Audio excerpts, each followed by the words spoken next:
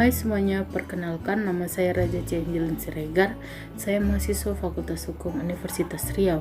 Hari ini saya akan menjelaskan tentang kode etik profesi hakim.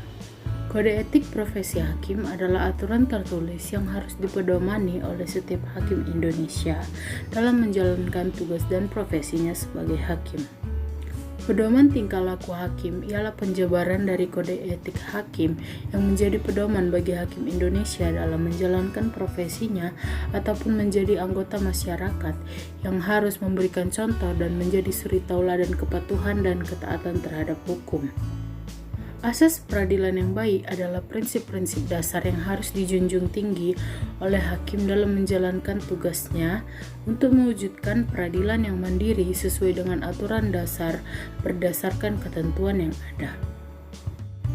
Adapun peraturan tentang kode etik profesi hakim diatur di dalam peraturan bersama Ketua Mahkamah Agung Republik Indonesia dan Ketua Komisi Yudisial Republik Indonesia tentang panduan penegakan kode etik dan pedoman perilaku hakim.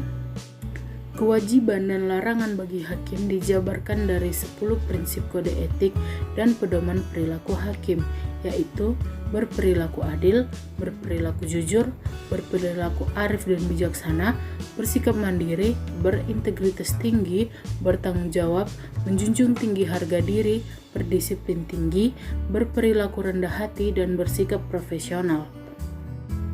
Panduan penegakan kode etik dan pedoman perilaku hakim didasarkan dalam prinsip-prinsip independensi hakim dalam pengadilan, praduga tidak bersalah, penghargaan terhadap profesi hakim dan pengadilan, transparansi, akuntabilitas, kehati-hatian dan kerahasiaan, objektivitas, efektivitas dan efisiensi, perlakuan yang sama dan kemitraan. Secara lanjut, kode etik profesi hakim diatur dalam peraturan tersebut dari mulai pasal yang pertama sampai yang terakhir. Dan untuk sanksi, apabila seorang hakim melakukan pelanggaran terhadap kode etik yang dimilikinya sebagai seorang hakim, maka dapat dijatuhkan hukuman sesuai dengan peraturan yang berlaku. Sanksi diatur dalam bab 5 pasal 19 sampai 22.